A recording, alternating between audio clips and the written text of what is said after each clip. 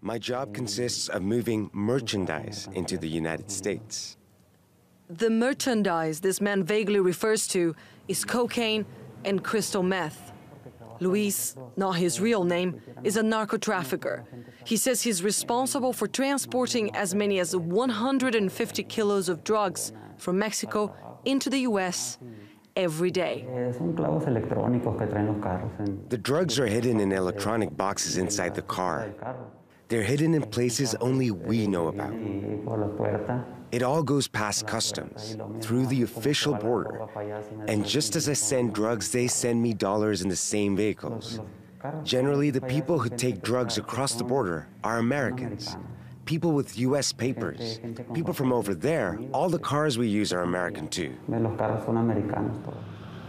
Another American, namely President Donald Trump, wants to build a wall along the U.S.-Mexico border to stop people like Luis. The wall won't have any effect on us. It won't work. It makes no difference to me because I'm going through the official border checkpoint. Mexico has been fighting drug traffickers for over a decade, but the cartels still rule entire regions. Mexican authorities say a wall won't change that reality. In Nogales, a Mexican border town, one path used to smuggle drugs into the U.S. follows the sewers. Here, people who want to cross the border illegally but can't afford to pay a smuggler are often recruited as drug couriers. This tunnel is one of the many routes used by migrants to cross illegally into the United States. Through a maze of underground passageways, people, drugs, cash, and weapons flow freely every day. The U.S. says plans to build a wall are well underway, and construction projects that include underground barriers are being evaluated.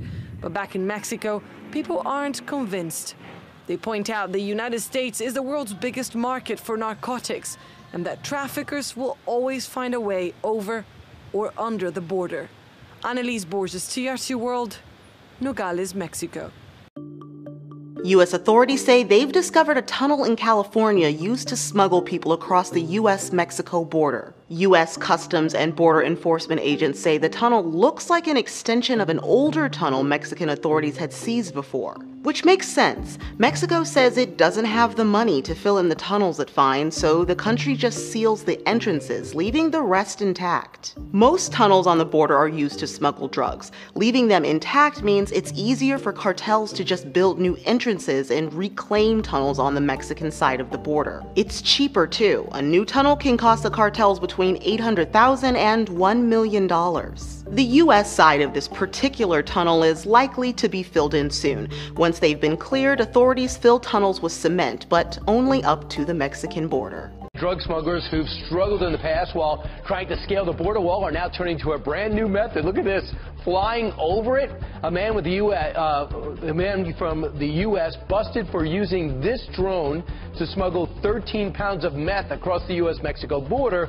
Police say he was delivering the drugs worth about $50,000 to an accomplice at a gas station in San Diego. The suspect tells police he's used drones for smuggling 5 or 6 times since March.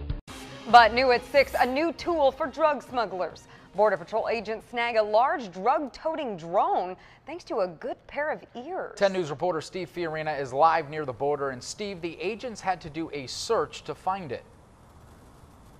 They did. They first found a man carrying a suspicious bag, then tromped around in a wooded area and found the drone hidden in a bush. This is the drone that Border Patrol agents captured. About 2 feet high with a wingspan larger than that, and the bags of methamphetamine that were confiscated. A Border Patrol agent heard the drone flying overhead about 11:30 at night, crossing north over the border. He alerted other agents, and they spotted a man with a duffel bag. They search the bag and they find narcotics, about 13.5 pounds of methamphetamine inside the bag. So they arrest him and seize the narcotics as well. And they do a quick search around the immediate area and they find the drone and they seize the drone as well. A 25-year-old American was arrested. The 12 packages of meth estimated to have a street value of $46,000. The investigation has not yielded information about the supplier on the Mexican side. The Border Patrol says it's the first seizure of a drone and smuggling operation in the San Diego sector. But no one's surprised in light of all the tunnels that have been found, panga boats, ultralight aircraft. They'll try to look for new ways, new methods to get their product from Mexico into the United States. So all we can do is maintain a heightened state of alert and heightened state of vigilance and be on the lookout for these types of threats. He says vigilance is the only choice, 24/7. Agents, technology, night vision, infrared scopes. And I talked with a drone expert. It's easy to maneuver them even with all that extra weight. In fact, there are some big enough now, they're being tested as taxi cabs to carry humans. Live near the border, Steve Fear, 10 News.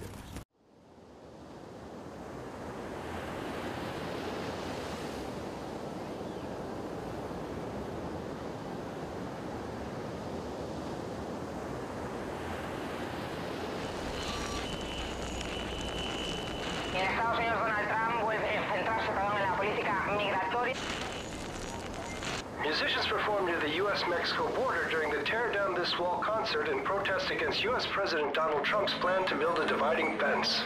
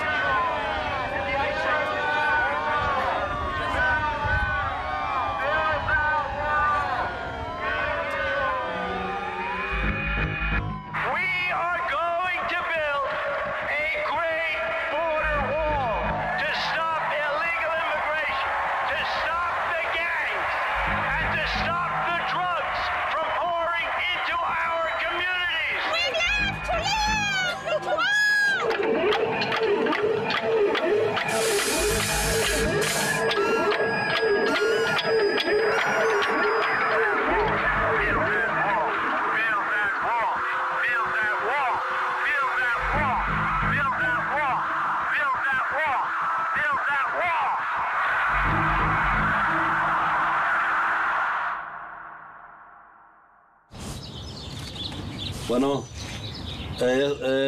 ¿hay gente ahí ya lista?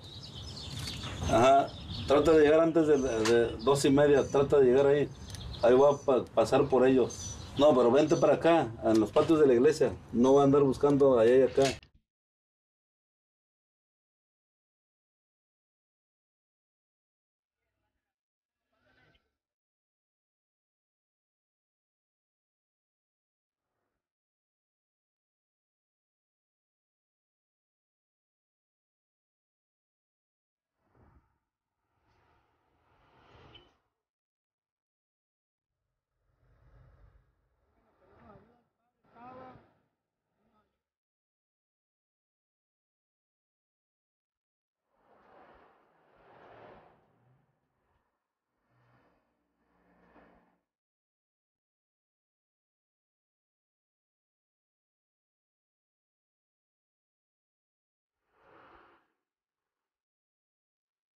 Pues varía, son deportados y gente que acaba de cumplir sus 18 años o menores de 14, 16 años.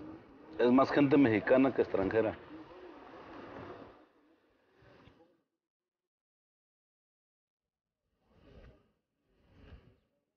Pues al deportado, pues la ilusión de que quieren volver a ver a su familia, en que no se acostumbran.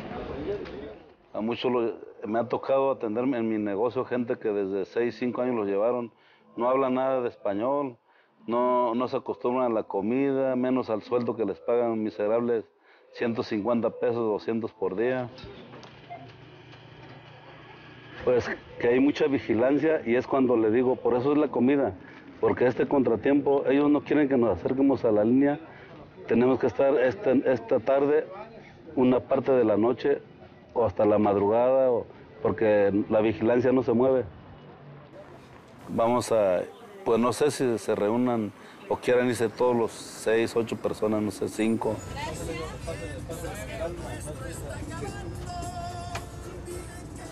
Acompañar a la gente para que se sienta segura, porque lo seguro es al bajar del camión y caminar a la línea. Es un riesgo de que o sea la autoridad mexicana o sea los asaltantes que abundan por la línea en las noches.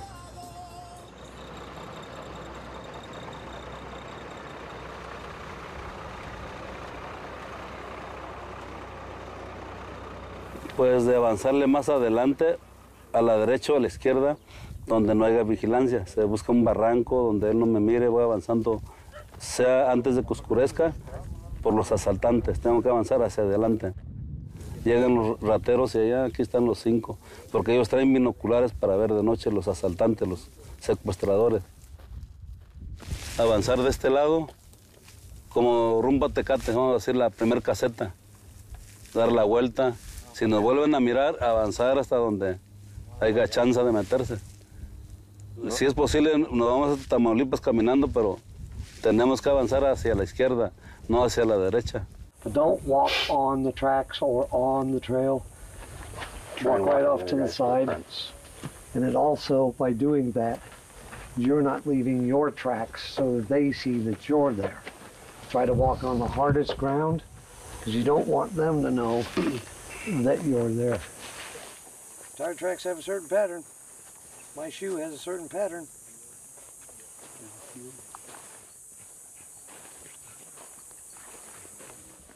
We are a volunteer organization made up of former military and law enforcement. We come down here for 7 to 10 days at a time, and we shut down as much of the border as we can to the drug trafficking. You know, and you could sit there and you could think that, well, that's just an old f***ing footprint. But it's not. It's a new one sitting on top of somebody else's. If this is going on 24 hours a day, 7 days a week, you're not going to stop all of it when you're doing it with a 9 to 5 shift mentality. You have to come down and occupy the territory just like you would in a war. To us, this is a war. They're bringing in marijuana, coke, heroin, meth, and now they're bringing in fentanyl. It's a synthetic heroin. Any other questions? Huh? Is there a big difference between male and female tracks? Size, depth. I mean, because they're lighter, smaller. But you're never going to have to worry about that out here because there ain't no f***ing women or children out here. I've seen f***ing track as big as his, and must have been the biggest motherfucking Mexican dope mule ever, man. Following him down through, and he had something heavy on because his was f***ing deep. Fallujah, Baghdad, Mosul, Kuwait. I did 4 tours in Iraq, 1 tour in Afghanistan. I got a plate in my head, my arm, so my goal? Yeah. To stop the drug trade. I'm from Mississippi, so I drive 25 hours to get here. And there's several of us that are from out of state. We got one from South Carolina. I think it's the right thing to do. The government's not doing anything down here that much, so we're here to try to stop the drugs.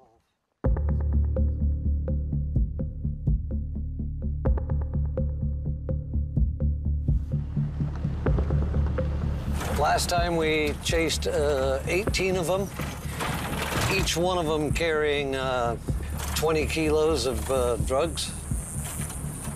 They got in front of us, and so we called Border Patrol, and Border Patrol will get on the other side of the mountain, catch them when they come on the other side of the mountains. So if you look up there, that's one of the towers that tower cost us $90 million, and that tower is what is supposed to be watching the border right now. And then when that tower sees something, they call the Border Patrol.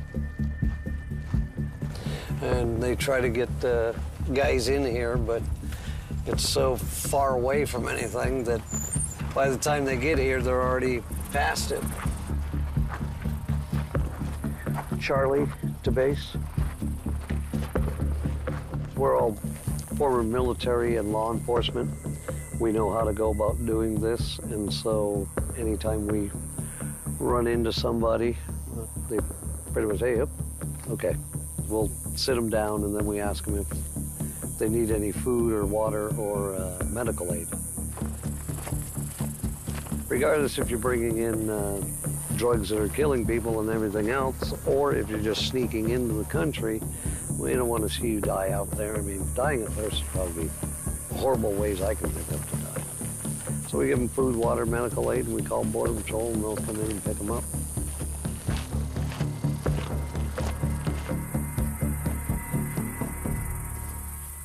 This thing is just wide open, and there's people from 78 different countries coming through this thing. And the big problem is who are they?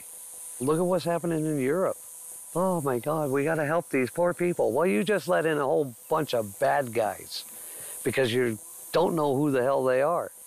But because society nowadays is so politically correct, they're afraid of offending somebody. Me, you. If I offend you, too bad. I'm trying to protect my people, my family, my friends. So if you're offended, I'm sorry. And that's why they call us racist and everything else.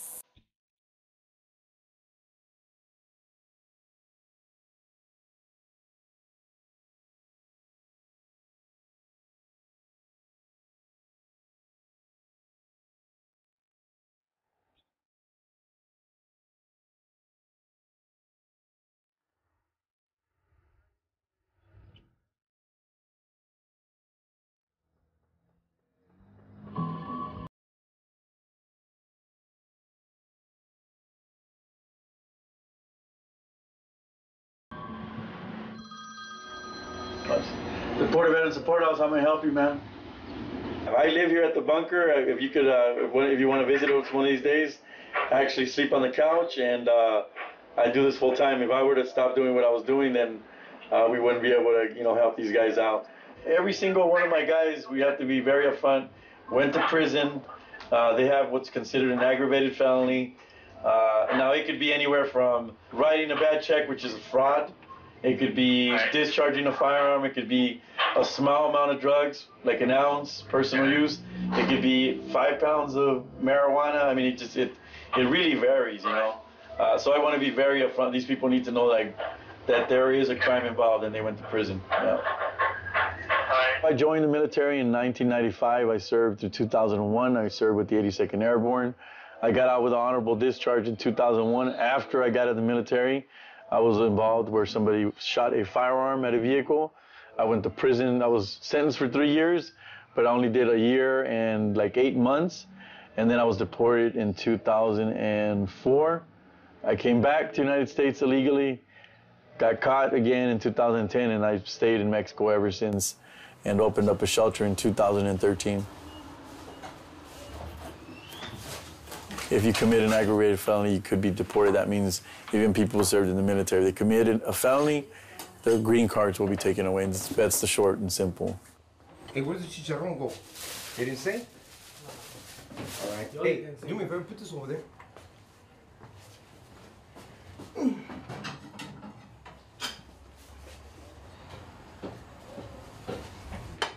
Rice. We're just waiting for the rice. After the rice is done, then we're going to eat. I've been here for 7 years now. I was deported in 2010 on May 18th. Yeah, that was a day I'll never forget. I was scared. I didn't know anybody, didn't know the city, didn't know how to get around. I only had $32 in my pocket. Immigration took my only form of ID. I had no ID, and I only had that money, and I didn't know what to do. I didn't know where to go. And they just drop you off at the border and say, there you go. And you got to continue on and walk and try to figure it out all on your own.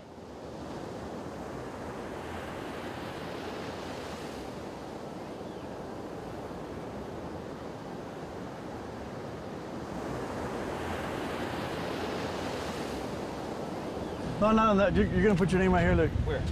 Right here. So you're going to put Alex Gomez. That's my page, yeah. Is it almost right? Yeah, it's right. It is, right? Yeah, you can put your name. Okay. We have over 300 people, but there's only about 30 names on here. So whenever a new deported veteran like Alex comes here, he can put his name on the wall.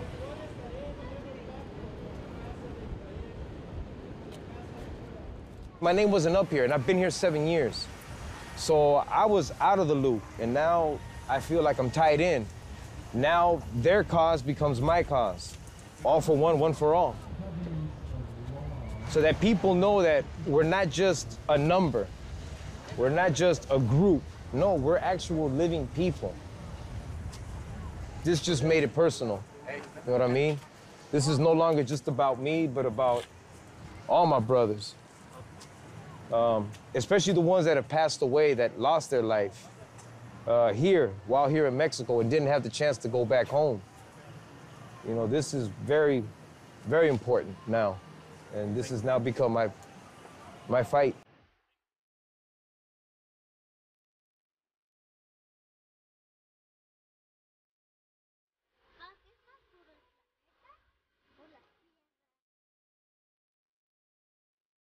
My life just crumbled. It totally fell apart. I have no relatives here. It's very not safe here. Organized crime runs this city like an iron thumb. Yeah, 43 years, 1.5 years in the Marines. And it just sucks. It just sucks that you get deported. I mean, you're good enough to serve the country, but you're not good enough to stay. Even though you pay your debts to society and you got no new felonies after that. It just sucks.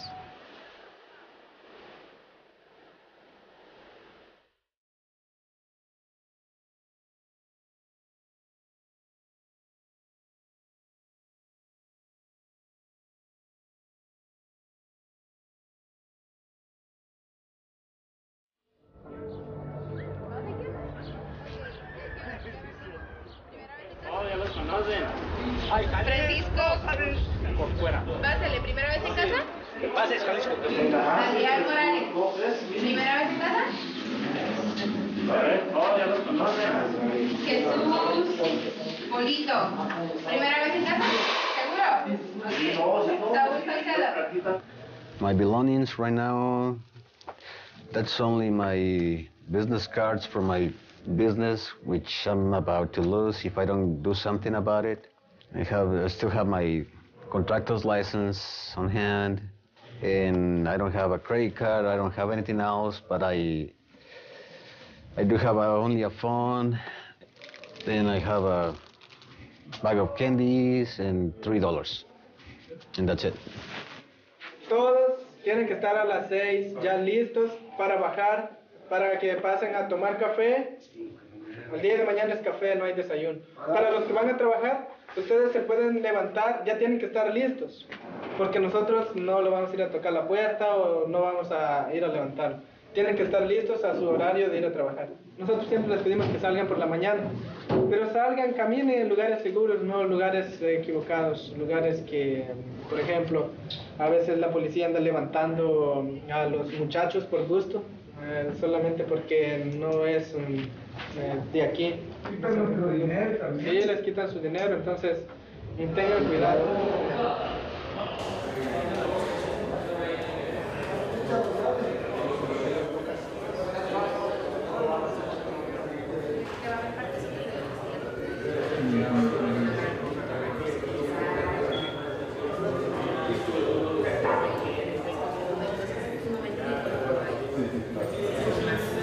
What happened is like following up with my paperwork to become 100% documented.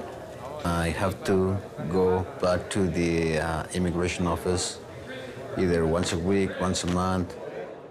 You have to report yourself and bring proofs.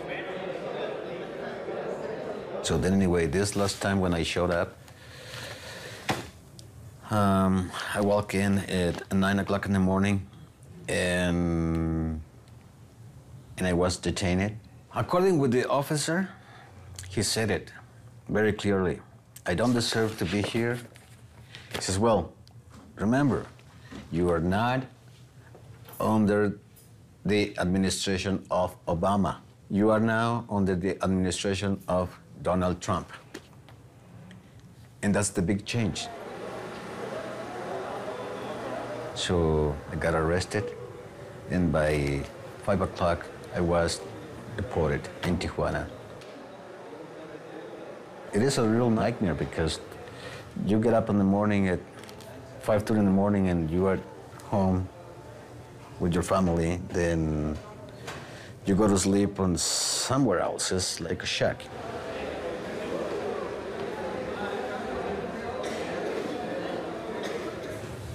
This is my new grandson, my oldest boy.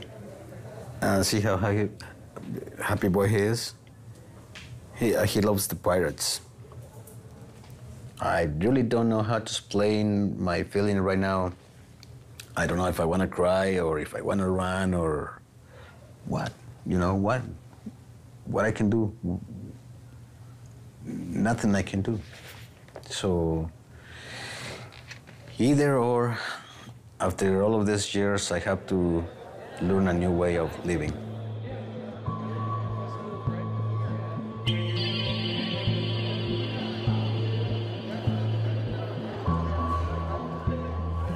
What I see here is the abuse of the authority.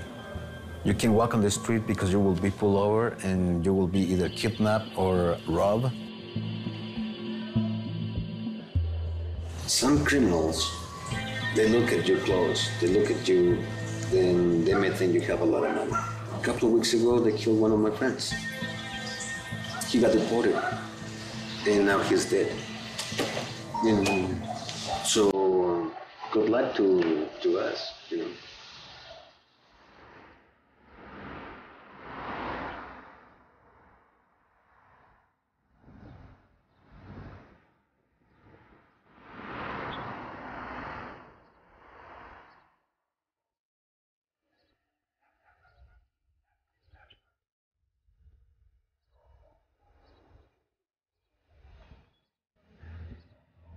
Mire, el otro día le escribí una carta a Janet, pero no se la he podido dar, oiga.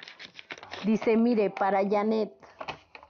Dice, cada vez que te veo venir tengo una desesperación y en voz baja hago una pequeña oración. Que Dios me permita, aunque sea de esta manera, observarte. ¿Cómo quisiera tener el poder de romper estas barreras? Te amo, pequeña Janet. Sabes que nunca pensé que te vería hace este tiempo. Aquí te estaré esperando mientras Dios me lo permita. Eso le escribí.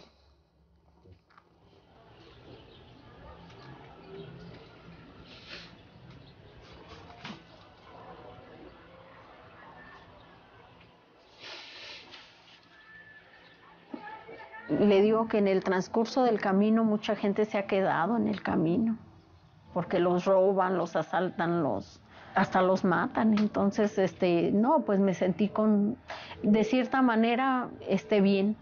Me sentí bien que ella haya cruzado.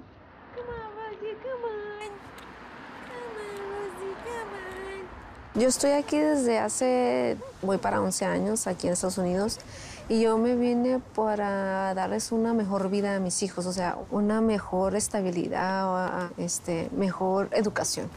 No, puedo correr. Rocky,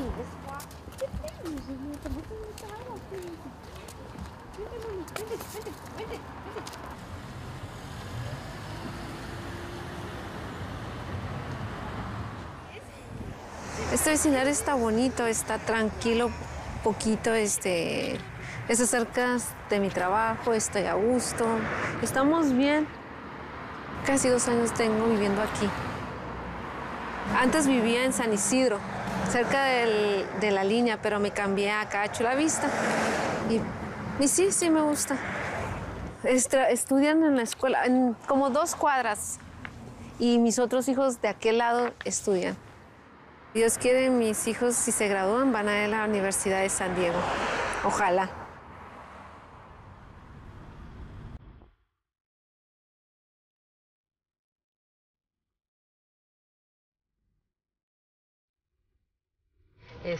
Regularmente, como le comenté, voy a veces de 2 a 3 veces al mes.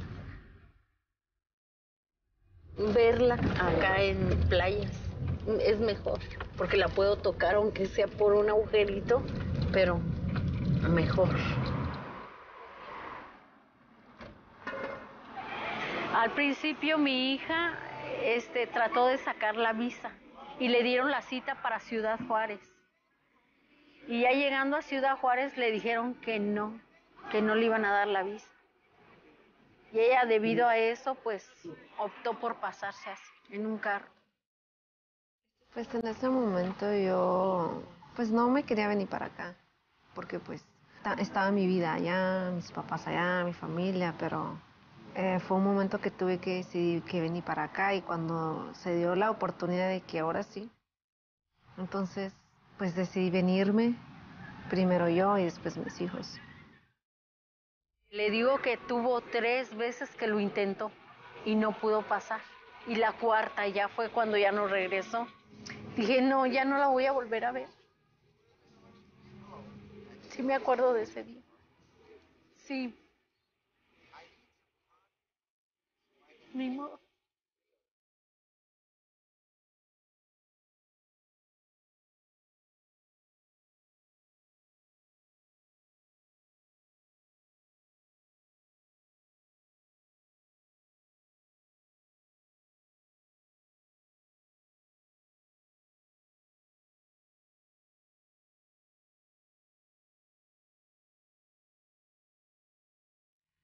Here's a ladder we found in the desert when somebody jumped over the wall, and then we put these water jugs out there, and these racist groups slice them open with knives. It's really sad, and we find shotgun shells, people shooting at the migrants.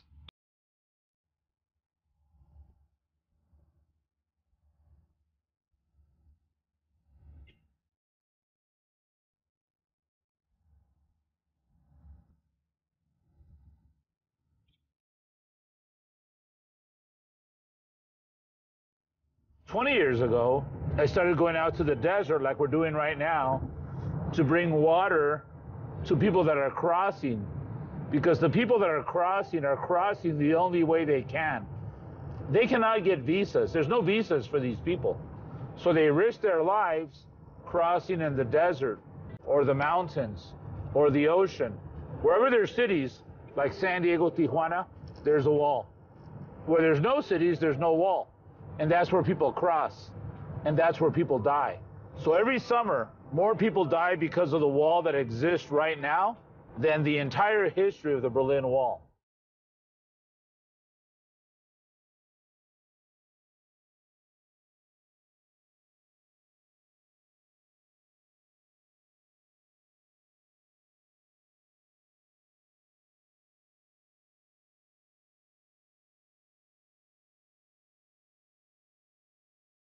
And you can see this is part of Operation Gatekeeper 1994.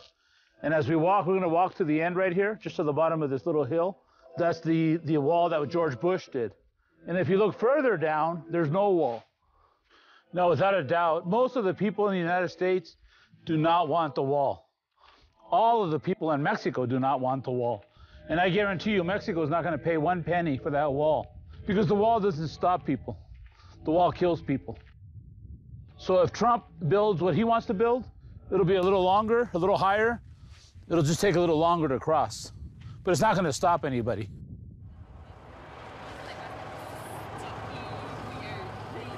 Make sure you lock your cars.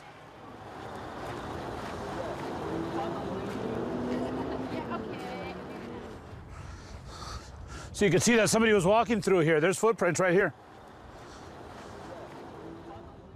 We put out maybe 2,000 or 3,000 gallons every summer, and I would say maybe 300 of them are used. Another 300 are sabotaged, broken, and then some are just left out there, maybe an animal, or nobody ever uses them. But as long as one of them is used and it saves one person's life. So we don't try to hide the bottles. So we try to, so I'm going to leave a bottle right here, because what the person will do is oftentimes they're going to wait right here because the car's going to come later on. So they might wait here, they wait in the shade or underneath a brush because they realize there's Border Patrol coming through here too. Leave it in a spot that is fairly visible, like right here. Just like that.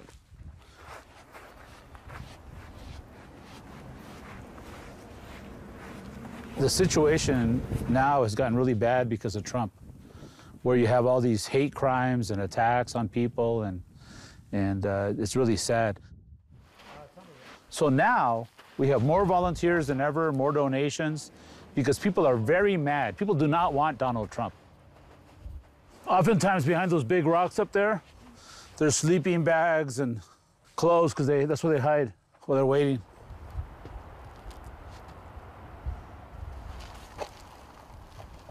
He says he wants to build a wall. Congress doesn't want him to build a wall. The people of the United States do not want a wall. There's already a wall that covers a third of the border. But I believe he will get a little bit of a wall built in addition to what already exists, and then he's going to stop.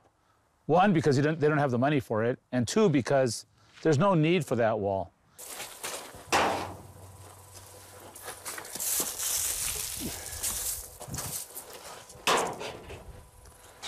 So this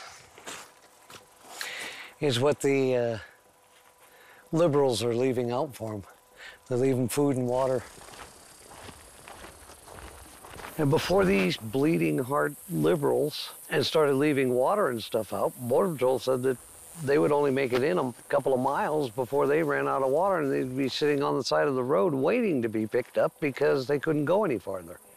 But now they know there's water along the whole way. Well, if they didn't encourage them, then there wouldn't be people coming over. But they play the pity card, you know, where it's like, oh, we're saving lives, we're helping, we're bullshit.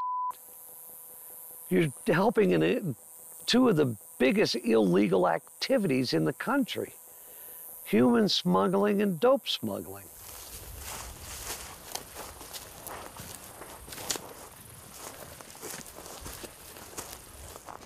Looks like they had to leave in a hurry, and the animals got to it. Done up. Ooh, fresh toothbrush. Ooh, nice. We need that.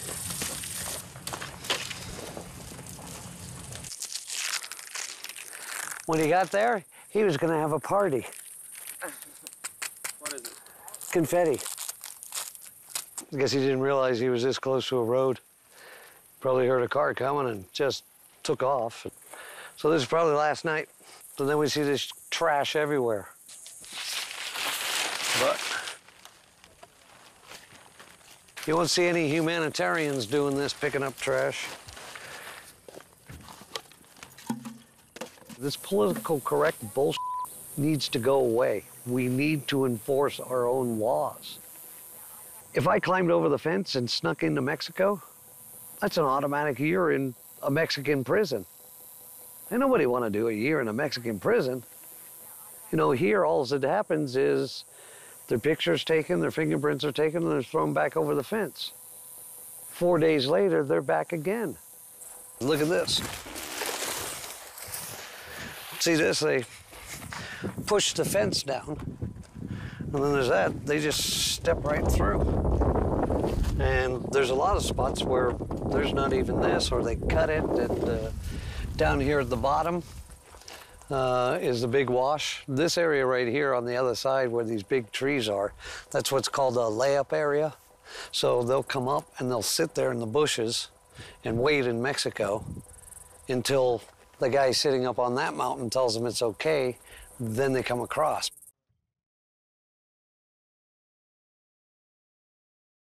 We've heard it from the past 4 or 5 administrations going, we need a fence, we need a wall, we need a fence. They okayed building the wall back in 2001, but they never gave the money for it. Still nothing. It's politicians. They'll tell you what you want to hear.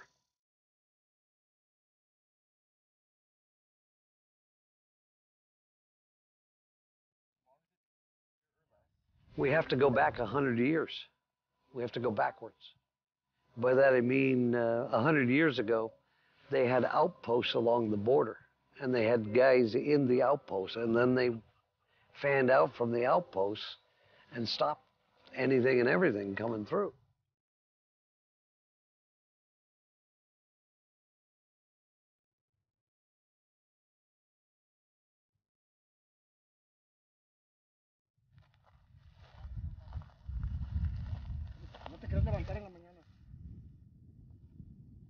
eso nunca es bueno ir todo el grupito juntos, así como venía Rambo uno para otro, es lo indicado. Cuando yo vine así, dije, si los agarran a ellos, yo de perdida miro qué pasó. Porque ellos lo que tienen, agarran a todo el grupo, aunque ustedes sean periodistas, mientras nos investigan nos van a encerrar todos al corralón, es lo que ellos hacen. Convenirles andar desapartados. Si somos 10, 3 acá y 3 allá y 3 por acá. Si asaltan a 3, a los 6 no, o X cosa.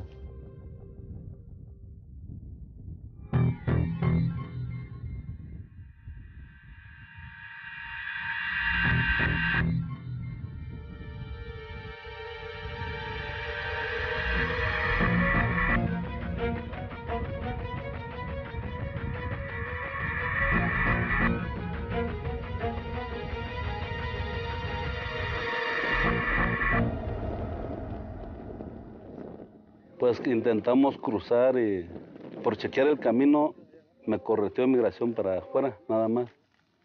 Y me gritó que me parara, pues la defensa es correr nada más, no agarrar una piedra y tirarle. Nada más correr y no es delito, pero ellos lo hacen como delito. Que me pueden decir, me tiró piedras y tirarme un balazo.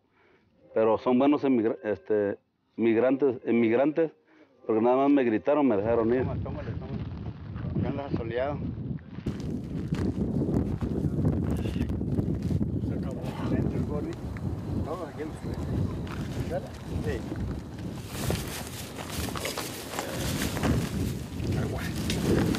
I was driving under the influence, and I got caught. The police stopped me, sent me back to Mexico.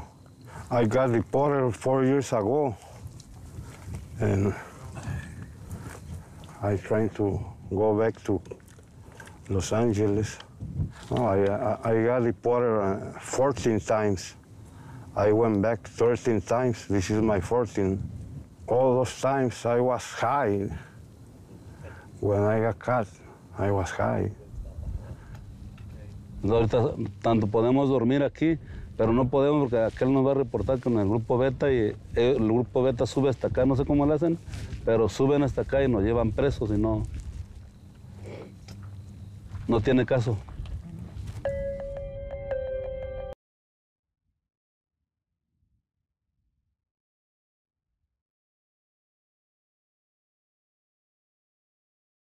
Puede poner un muro, puede poner lo que quiera.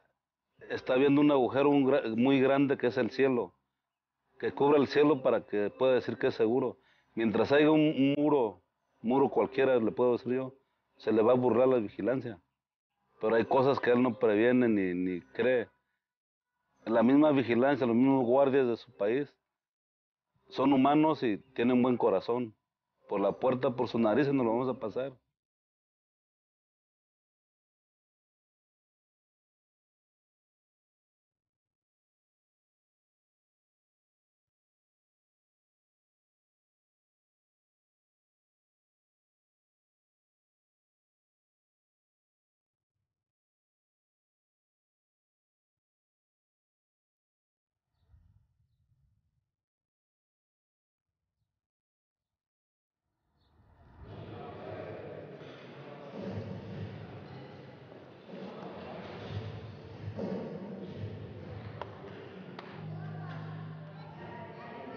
I have a little dream, and your dreams are in English. Then you awake because somebody's waking you up, it's time to move, it's time to go, but now they're talking to you in Spanish. Como personas humanos, siempre nos gusta sentir incluidos. So it's kind of like moving your head left and right, trying to fix whatever is inside your head. Sientes mal de ser excluida.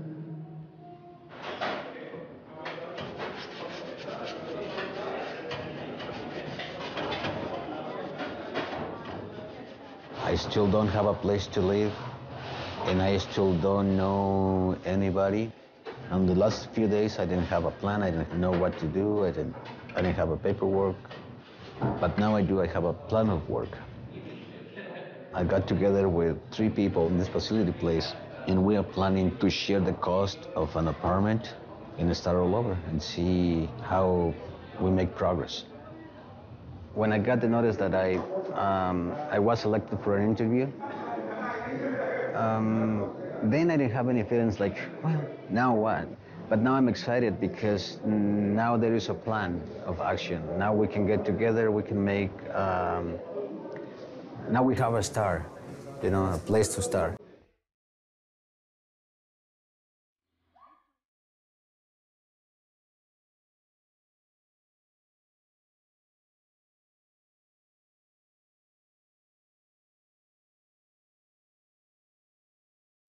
This is gonna be the first time I'm applying for a job here. Some kind like telecommunications.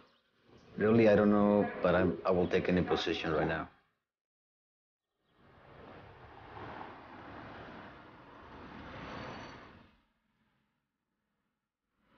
You are in between two governments, Mexican and American, and neither one wants you. They don't want you over there, and they don't want you over here. And that's the feeling in the land of no one.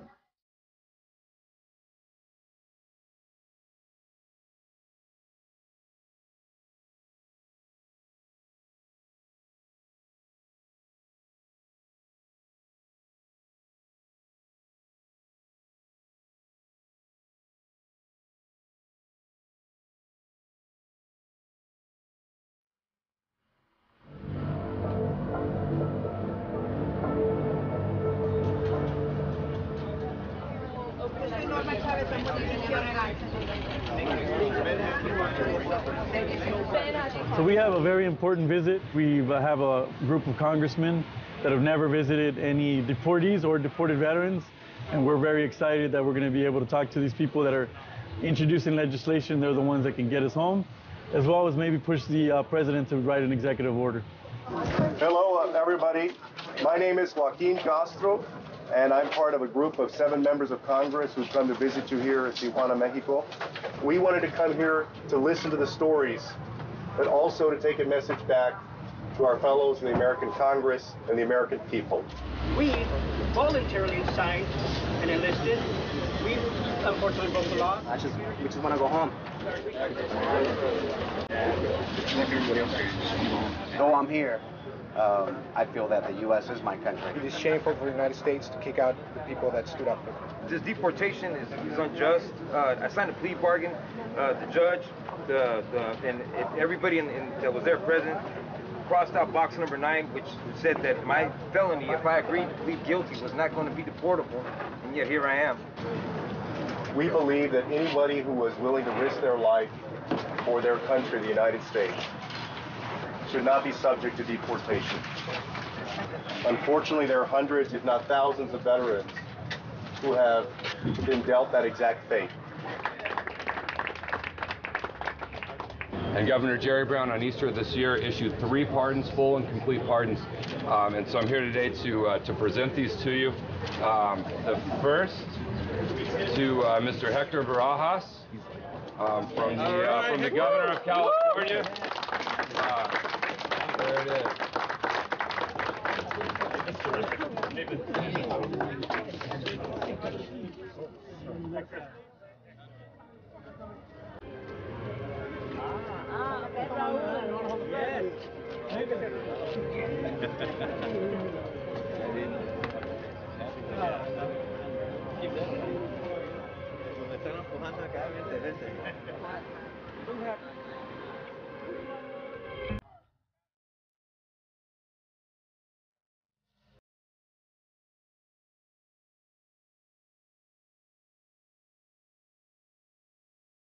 ¡Para adentro, para adentro!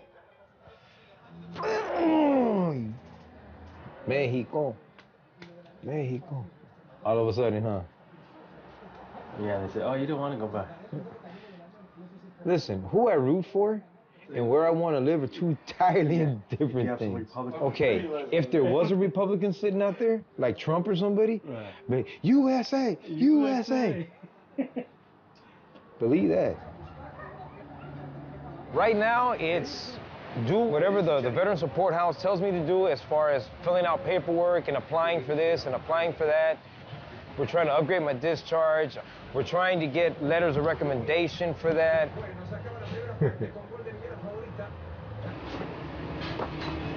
The last time I seen my family, it was about 5 years ago. I haven't seen nobody since then. Nobody comes because they don't feel safe here. The organized crime is just too rampant, too much death. And my mom's getting up there in age now. She's 91. She just can't travel that much anymore. And it kills me that she's at that age because I know that if she ever passes away, there's no way I'm gonna be able to go home and bury her like I buried my father. Not seeing my babies. I say my babies, but the oldest is 25, Brittany's 23, Melissa's 20 now, Junior just turned 18, you know, so these pictures are old. It's all I got. And that weighs down on you when you don't have that. And obviously you can tell I was always in their life. I was always in the mix with them. And that's one of the things that I really, really miss. Life is just passing by. Time is just going by. And all I do is just get older. And I just can't seem to find my niche. And yeah, I do feel like I'm in limbo.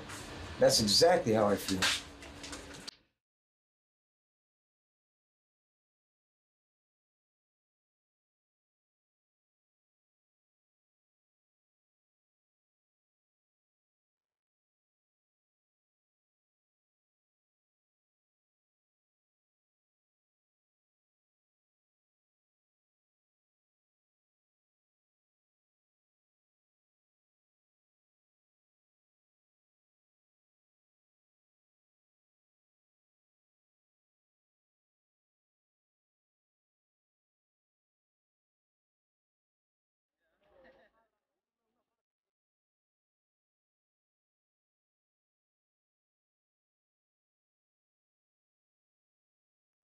Antes no tenía esa posibilidad ni eso.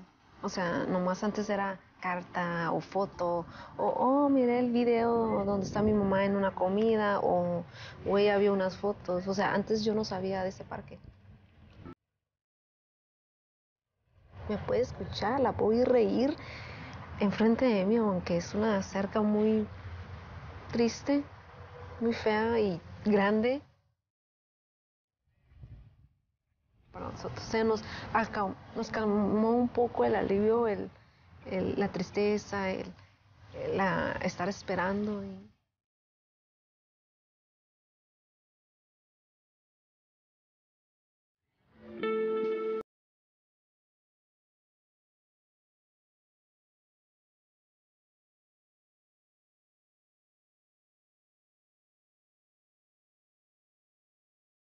Oye, Nina, Yasmín se encontró un león. Yasmín se encontró un león. ¿Por qué? Mira cómo le rompieron el pan. Ay, mami. Un orerito. ¿Dónde? ¿Aquí? ¿Caminaron mucho? Ay, ahí está. Qué gordo. Nenita, no me ha saludado, Ivette. Saluda a tu abuelita, mamá. Dile a Yalmien. Ay, es mucho bonito, mírala. Chichicle la Yalme. Ay, ven, bonita. Ven, Yalmín. Ven, Yalmín, te amo, mi vida. Yasmin, a ver, mírame. ¿Tienes tus ojitos? Oye, Janet, ¿ya le viste los ojitos a la... Mamachita, ¿por qué? ¿Tan bonita?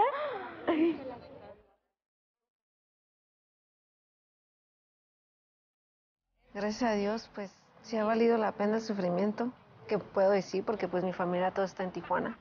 Porque, lástimamente, mi país tiene las posibilidades. Tiene el dinero, tiene el poder, tiene todo. Tiene mucha historia. Pero, lástimamente, no les importa a los jóvenes.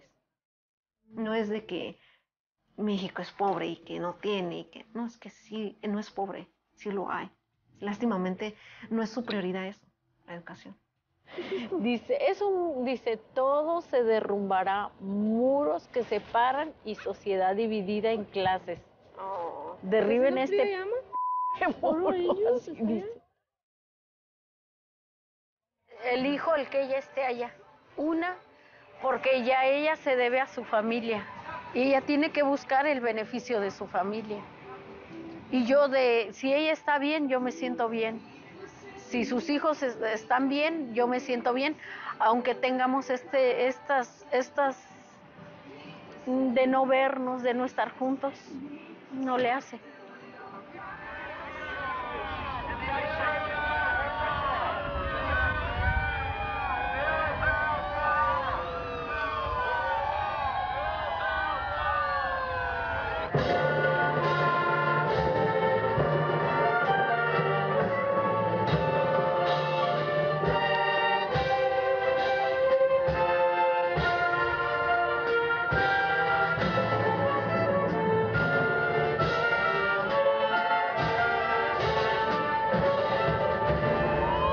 I will build a great, great wall on our southern border, and I will have Mexico pay for that wall.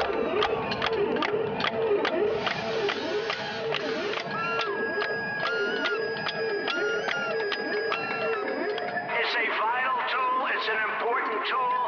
We're going to build the wall. We have no choice.